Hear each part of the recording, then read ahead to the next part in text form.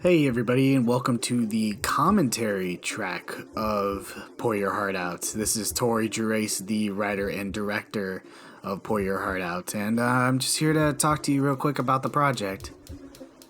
Yeah, this intro does remind me a lot of The Shining, which was awesome. And there's the steak and Maddie. I wrote this back in 2020, around the time when the pandemic happened. My ex at the time she drew a painting of a heart being squeezed out of a wine glass, and that's where I kind of got the idea. Not to mention that my professor wanted me to also write a telltale heart kind of story, and this is where that came from. It's pretty much just telltale heart, but with a different twist. The look in her eyes, she pulls it off really well. Both of these actors really, they really pull it off super well. And if you notice that there's no pan and then there's the pan again, a lot of continuity errors within the first 5 seconds of the film, unfortunately. Damn, some Wes Anderson looking pan going on there.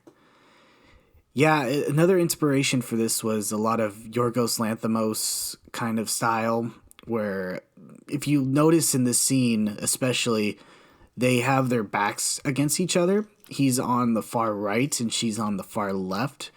I made sure that within this they never are in frame except for like a few. We actually microwaved that steak up immediately. Yeah. I asked for steak. Not dried up shit. Joe is so good. Joe is such a good actor.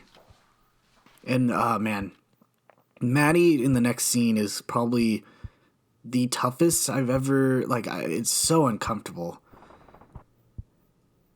By the way, all those red shots, the red shots that you're about to see, they were accidental. We never intended to have this red back and forth thing going on. That was the whole cast and crew just playing around with lighting and stuff.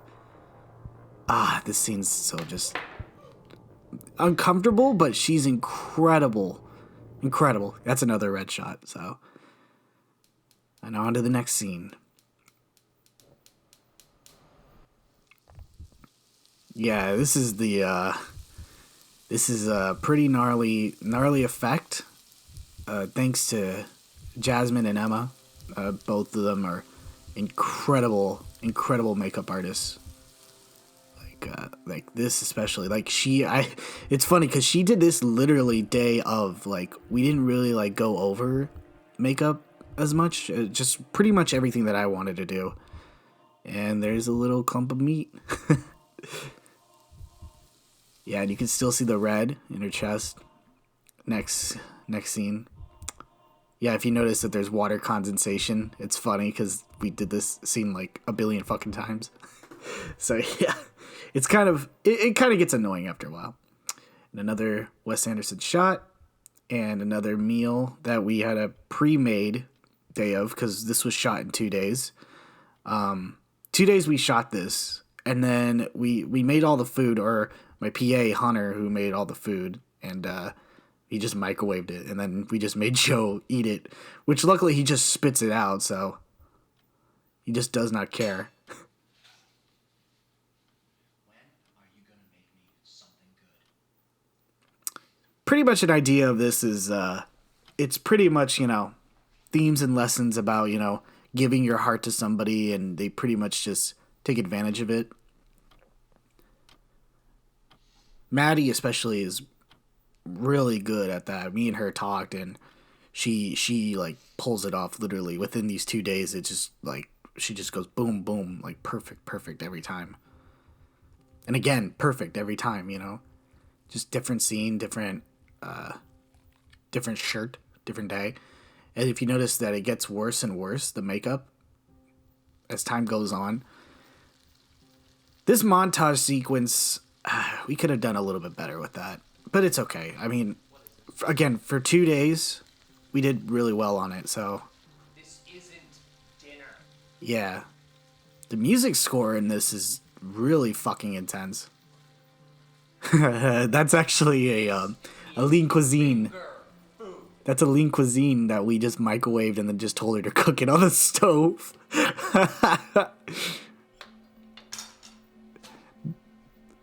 The potatoes were worse. Apparently, from what Joe said, he's like, we did a shot with the potatoes and it was just terrible. Terrible. Yeah, if you didn't notice that we didn't make this on the spot because, when he spits it out, it's so good. Oh, this is my favorite scene. This is like probably one of my favorite effects that we've done on the set. Oh my god. So Cronenberg, I love it. I love it. Love every minute of it. You can see it that it's still beating too, which is even crazier. And then he's drinking it. Oh god. It just gets weirder and weirder, But hey, that's a surreal artist for you. That was actually the final shot, was literally within my backyard. We just shot that, me and Jake, my cameraman, who did this, who's an amazing cinematographer, by the way. Yeah, that, oh my god.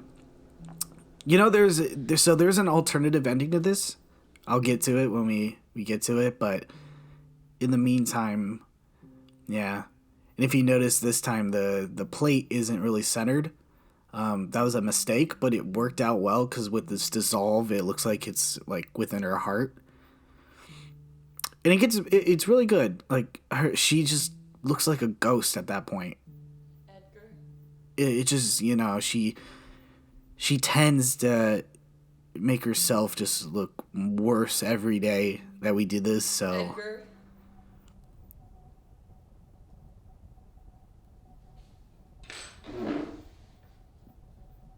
Edgar, where are you? Yeah. So the original ending was she was going to go outside and she was going to go see she was just going to see if Edgar's out there. And what happened was we did it and we wanted to do more. We wanted to have her whole entire chest cavity like whisper and make like a noise, kind of like an echo, like a voice or something like that. But within the time strain, we just pretty much had to cut that completely and redo it. So this is kind of a different ending of how I envisioned it, but it works really well because, oh my god, me and my brother, we talk about this being like the Alex Garland shot. It's a beautiful shot. Honestly, it was super beautiful. And the heartbeat. And then the final shot. Perfectly centered. And we do this nice little piano. But yeah, this was a really, really intense project for me. But it wasn't really. I really enjoyed this project overall, and everybody that did it did a phenomenal job. I couldn't be happier with how it turned out. Who's that guy? Diego. Big shout out to Diego. He pushed me to do this, and he got the heart, which I definitely need to thank him later on. But yeah, everybody on here is phenomenal. So Kara did the music, and what's crazy is that we had a party, a cast and crew party. She couldn't make it because of her lungs, but everybody heard her sing because she was the operatic part at the very end. Very cool, and she's just incredible composer. I need to work with her again, so she's really cool.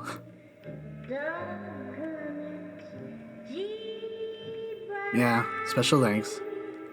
Well, thank you folks for listening in on this commentary track with the writer and director Torey Gerace here.